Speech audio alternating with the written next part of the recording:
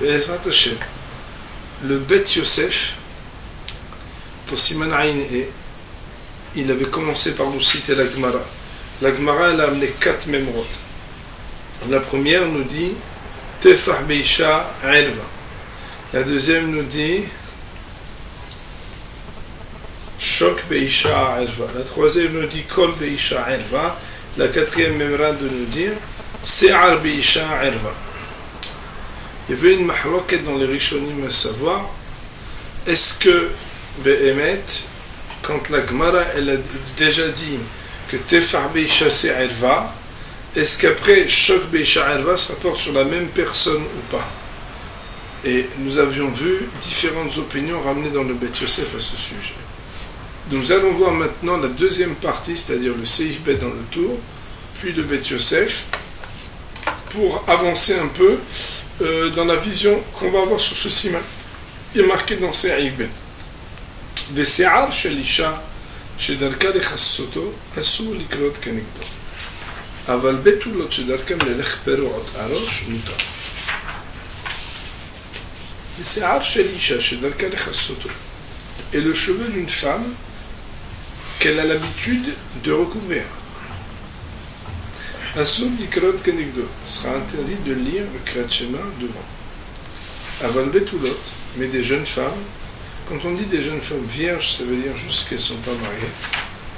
Chez Darkan, les Lechperuot Harosh, qui ont pris l'habitude, ou dont l'habitude est d'aller avec le cheveu découvert, ou tard, ça sera permis de lire devant leurs cheveux. Vous voyez sur ces paroles le Bet Yosef.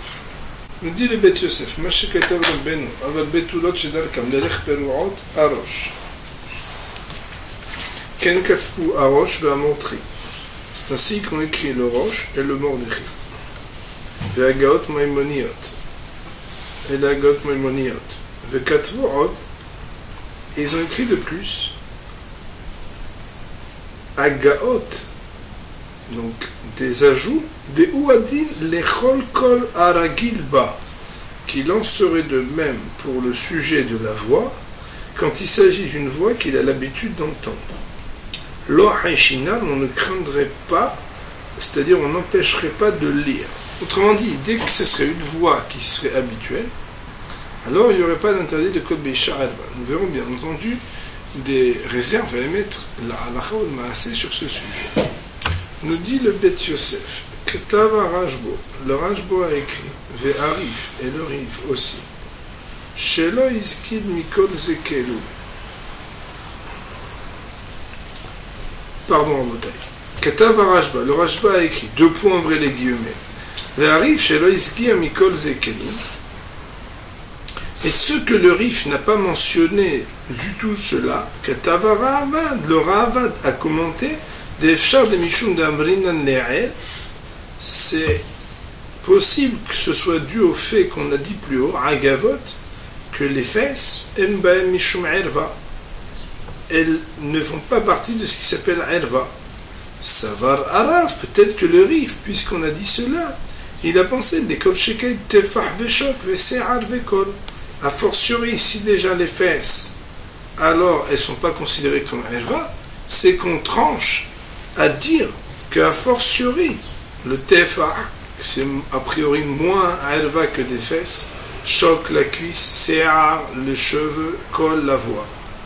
Vekatav Uzal, de l'Ominachem Uzé.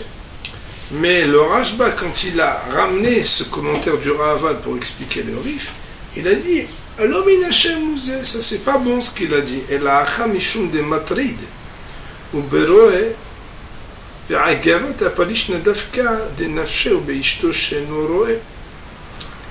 On ne peut pas tout mélanger. Ici, quand on dit Tefah, Shok, Se'ar et Kol, c'est parce que ça préoccupe et ça perturbe l'esprit. Et on parle d'un cas où il voit. Alors que les fesses, on a expliqué plus haut que c'est uniquement ses propres fesses qui ne sont pas Erva. Ou bien les fesses, les agavot de son épouse, quand il ne les regarde pas, elles sont juste en face. Ve'afalpi shenogea, avec le hidouche, que même s'il se touche. Dechol she'eno ro'e, Mishum negi'a levad lo matrid, que dans tout cas où il ne voit pas, le fait uniquement qu'il y ait un contact, quand c'est ses propres fesses ou bien celles de son épouse, c'est pas quelque chose qui va déranger la mahashava, la pensée, la concentration. Oil vegazba, puisque il est habitué. Ici, gas, cela veut dire qu'il est habitué et qu'il ne viendra pas avoir un hilour. Adkan les shono, voici les paroles du Rajbo. Autrement dit, il existe une mahloket dans les rishonim, à savoir, est-ce qu'on doit faire une différence ou non concernant ce qui était permis plus haut, concernant les agavot, les fesses, pour dire que c'est pas erva, et ce qu'ici on parle de tefa, shok, se'ar et kol. D'un côté, le Ravad nous dit, peut-être que le Rif a compris que si déjà des fesses, on n'a pas considéré que c'est erva, alors tefa, qu'a priori des fesses elles font plus que tefa. Choc, c'est une cuisse, le chora, peut-être qu'il y aurait une logique de dire que c'est pas plus. Se'ar et kol, alors ce serait la même chose. Ça c'est l'opinion de Ravad. Nous dit le Rajbo, comme ça ramené dans le Bet Yosef, il n'est pas d'accord, il dit là-bas, tout ce qu'on permettait c'était pourquoi? Parce que tu ne voyais pas, et en plus, il y avait l'ibogazba, on parlait là-bas d'un contact sans voir de quelque chose que tu as l'habitude. Voilà pour l'instant les deux opinions qui nous sont rapportées. C'est les Shon Rambam. Je mettais en mode avion, en mode limoud. Et voici le langage de Rambam. Perek Gimel Meichot Kriyat Shema, troisième chapitre des lois de Kriyat Shema. Kol Gufa Isha Erva, tout le corps de la femme, nous dit le Rambam, Erva, il est considéré comme Erva. L'efficace, c'est pourquoi Lo Istakel Begufa Isha Kshev Kore, il ne faut pas regarder le corps de la femme quand il dit. Va Filou Ishto, même si c'est sa femme. Veimaya Megule Tefah Megufa, no Ikra Kenegda. Et si était dénudé un téphar de son corps, il ne pourra lire devant elle.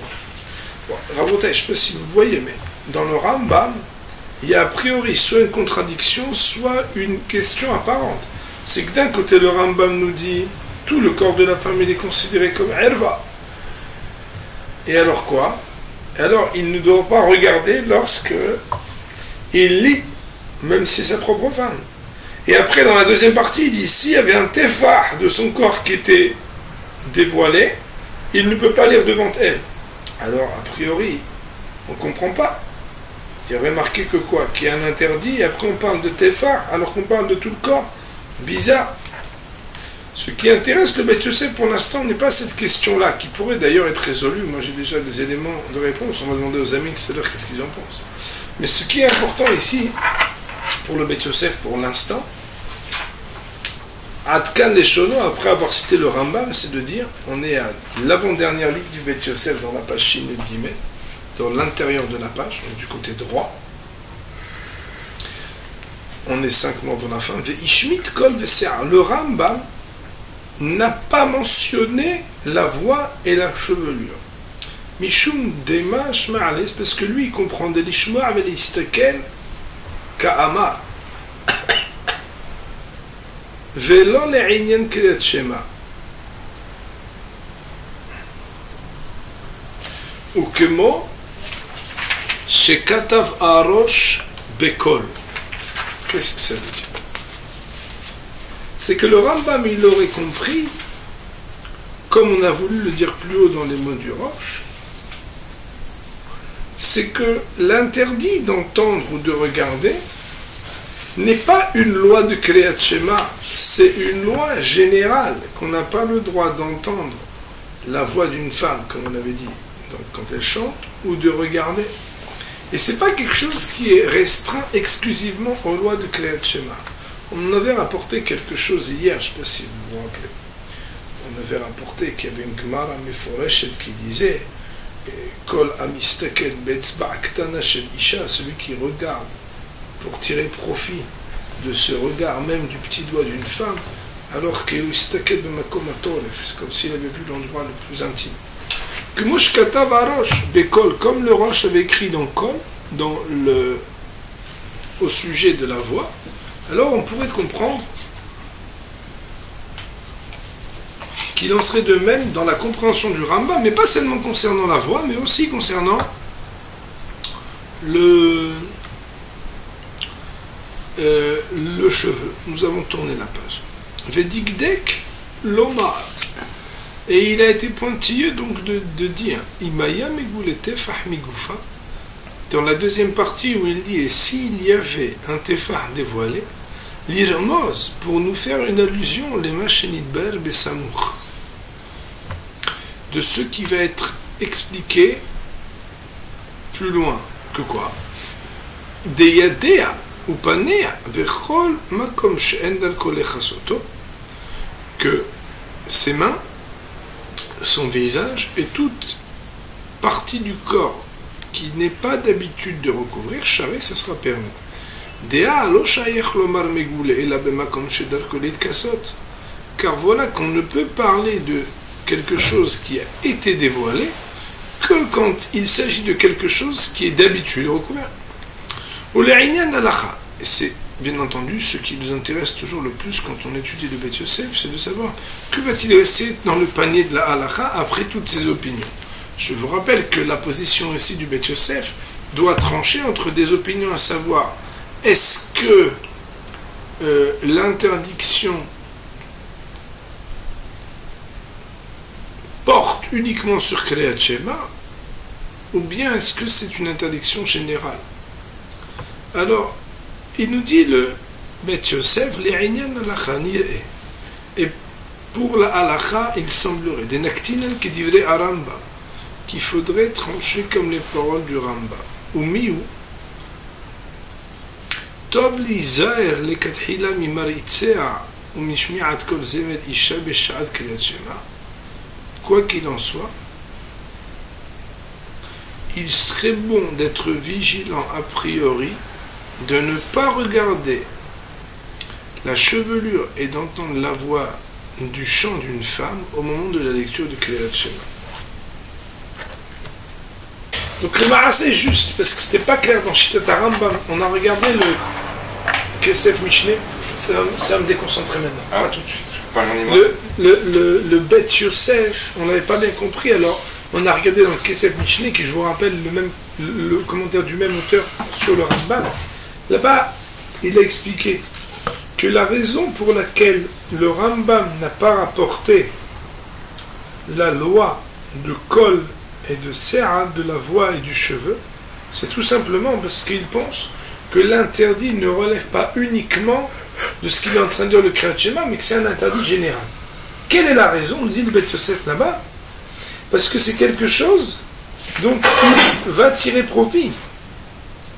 Ça veut dire que Asur l'enot bekola v'leistakel b'se'ara. On n'a pas le droit de tirer profit de ce qu'on entend sa voix et de ce qu'on regarde sa chevelure. Et étant donné que ce n'est pas une loi qui est singulière à Kriyat Shema, alors il n'a pas ramené ici. Maintenant, nous, on a voulu dire quelque chose de fort.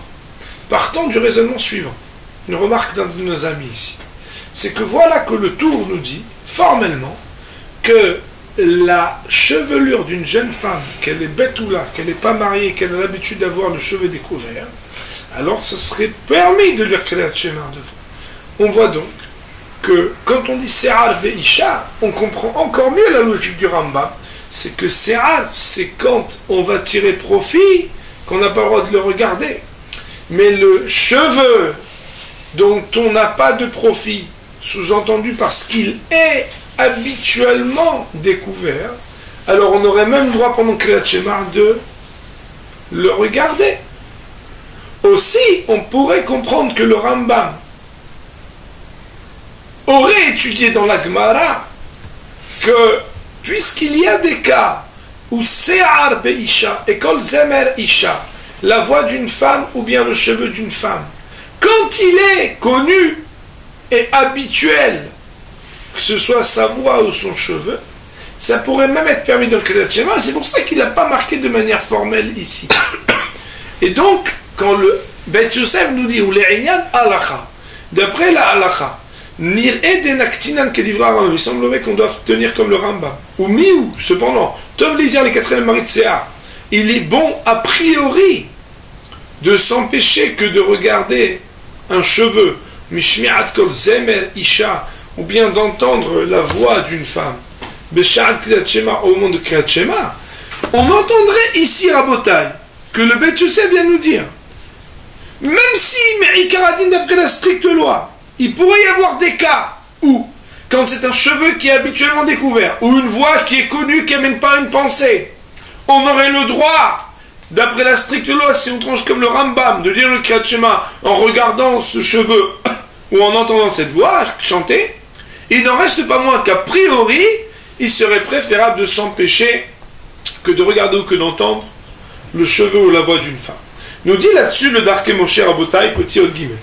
Velin il est, et moi il me semble, nous dit le Darke Moshe, des af belo zeirut, yesh lahouch, que même si on ne parle pas ici juste de vigilance, ça veut dire de zèle.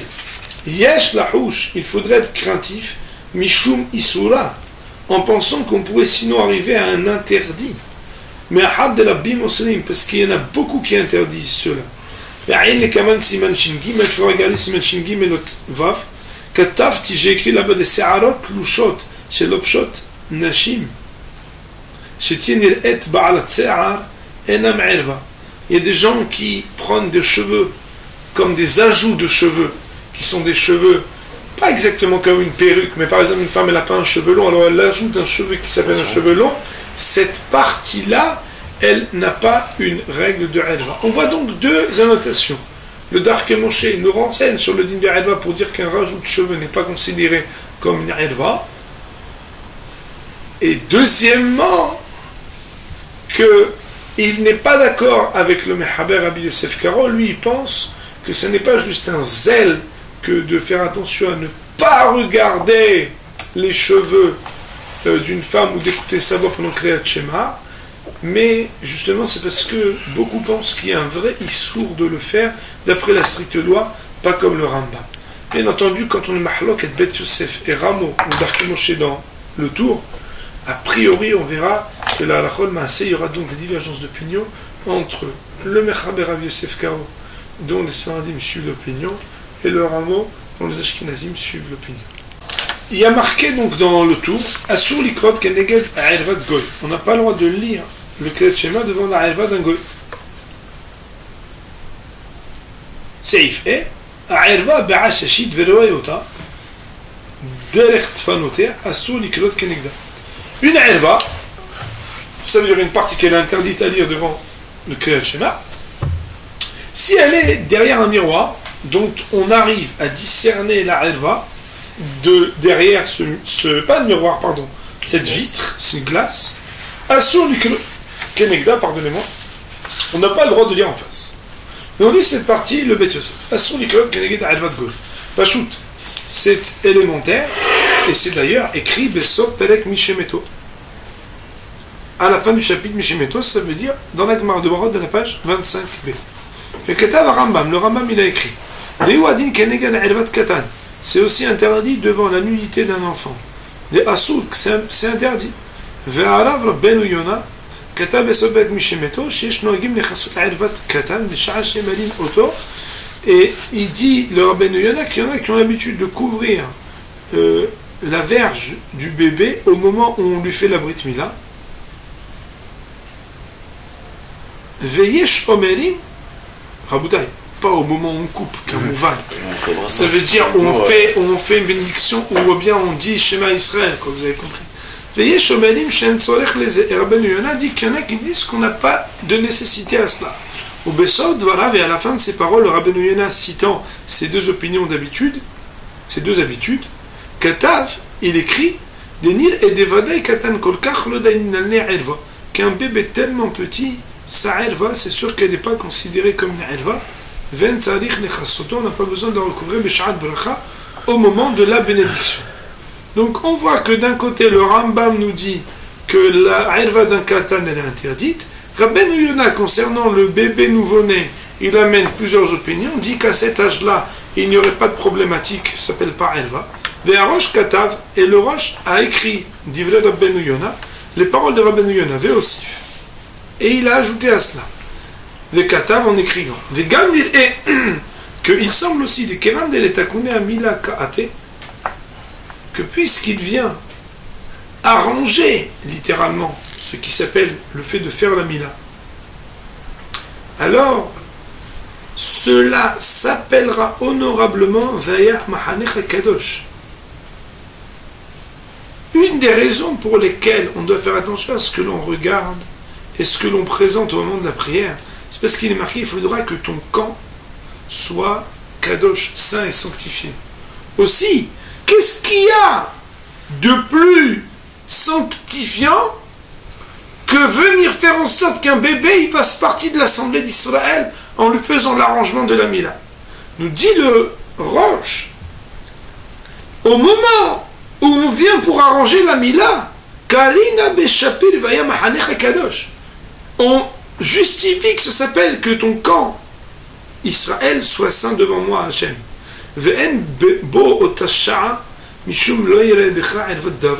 Et à ce moment-là, c'est comme s'il y avait une porteuse qui faisait que puisque tu es en train d'arranger un bébé pour qu'il soit Kadosh, alors tu ne peux pas parler de l'Oyre Becha'er V'Dava.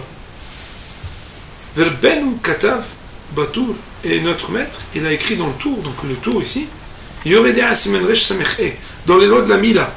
Donc, le même tour qu'on a ici, il y a un autre tour sur les lois de la Mila, Beshem Ba'al Ha'itour, au nom du Ba'al Ha'itour, Shen Tzarich Lechasot, qu'on n'a pas besoin de recouvrir le bébé, des lois Ve'erva Kozman She'enare Ouya Lebia, que tant que la verge n'arrive pas à l'âge de puberté de l'enfant, qui lui permet de procréer, ça ne s'appelle pas une erva. V'chen katava kolbo, c'est comme ça aussi qu'il a écrit le kolbo, b'shem Rabbeinu Peretz, au nom de Rabbeinu Peretz, v'chatav Rabbeinu Yeruham, et le Rabbeinu Yeruham, quant à lui, a écrit, she'arom maskimim le divrei Rabbeinu Yona, que la majorité sont d'accord avec les paroles de Rabbeinu Yona. Adkan. Voici les paroles qui ont été citées au nom du ange. Velinire. Alors, le Beth Yosef maintenant prend une position qui aura une incidence bien sûr dans la halacha. Et à moi, il me semble, de Kevan de Arambam, Svirale de Asur, puisque le Rambam tient l'opinion que la herva d'un enfant est considérée comme une herva qu'on n'a pas le droit de regarder. Ve'arosh Nami, et que le roche aussi, Efshad de Sabat de Bikriat Shema Asur, peut-être qu'il penserait aussi que pendant le Kriyat Shema c'est interdit. Pourquoi? Parce que tout ce qu'il a permis, s'il a dit pendant la Mila, c'est permis. Mais Mashmar de là, si c'était pas la Mila, peut-être ce serait interdit. Que tout ce qu'il a Behemet permis et ajouté, c'est uniquement Behemet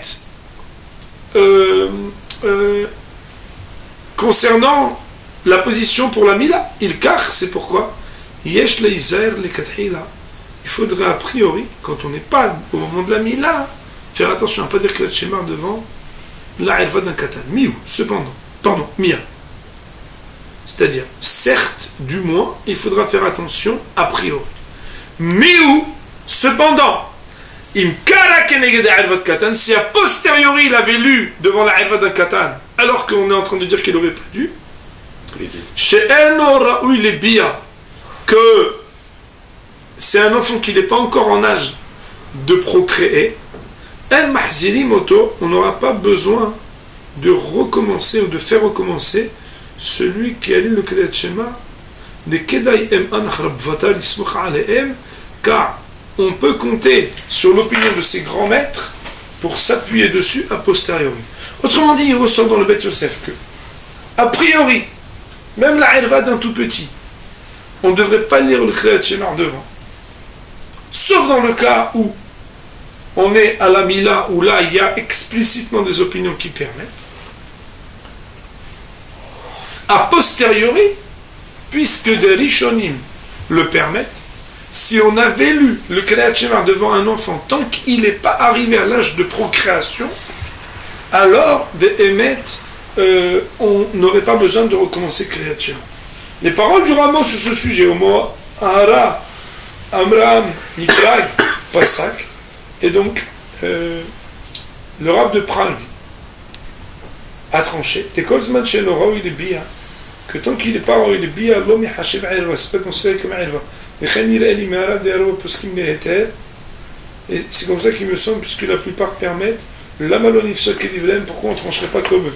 C'est pourquoi, d'après le Rameau, et on verra certainement comme ça l'opinion dans le Shulchan Aruch, dans ses annotations, lui, il dirait que jusqu'à que ce soit Raoul et Bia, a priori, on aurait le droit. Terminons rapidement avec le Dakadosh Baruch Hu, les paroles du Beit Yosef, il nous reste que quelques lignes. S'il y avait une vitre devant la Elva, comme c'est pas Shoucham, c'est aussi marqué là-bas dans la Gemara. Falesh Ta'ama. Et la raison qui est ramenée là-bas, qui est rapportée pourquoi c'est interdit, Mishum Dirtiv, puisqu'il est marqué puisqu'il ne faut pas voir, et là-bas il voit. Le plus important c'est voir, c'est pas qu'il y a un écran entre les deux. Advarim Berori, très clair. Il y a marqué le Rambam il a écrit il y a marqué dans le Rambam qu'on n'a pas le droit de lire le Kriyat Shema devant une Elva jusqu'à ce qu'on tourne son visage. Ah, nous dit le Beit Yosef, ça veut dire de là quoi? Que si on tourne le visage, ça suffit. Même si elle est juste à côté. Parce qu'on voit que le verset n'a fait dépendre que de la vision. Alors le Beit Yosef va nous dire ici un hidouche extraordinaire. Que de cette raison-là, il semblerait, chez Belaïla, que la nuit, ou bien que s'il est aveugle, donc s'il n'a pas de moyen de voir techniquement, soit parce qu'il fait totalement nuit, soit parce qu'il est aveugle, ou bien que tout simplement il ferme ses yeux forts, même en plein jour ça serait permis. Et ça ne ressemblerait pas à la tsoa, c'est-à-dire aux excréments pour lesquels on va voir que même s'il est aveugle et que c'est en pleine nuit, ce serait interdit.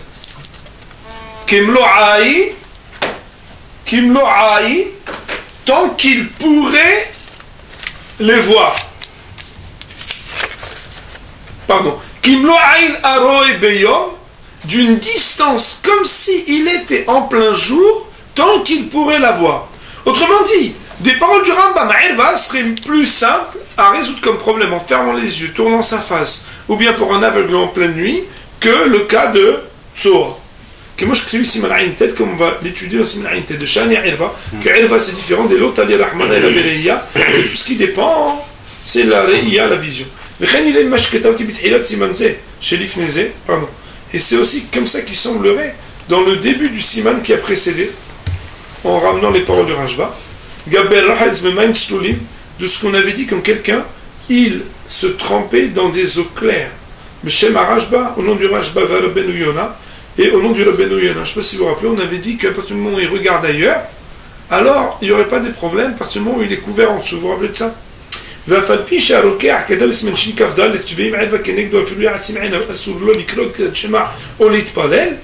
Et bien que le Rokéa, qui est un grand maître, a écrit plus loin que si la Elva est en face de lui, même s'il fermait ses yeux, ça serait interdit de lire le Kriyat Shema ou de faire la Hamida,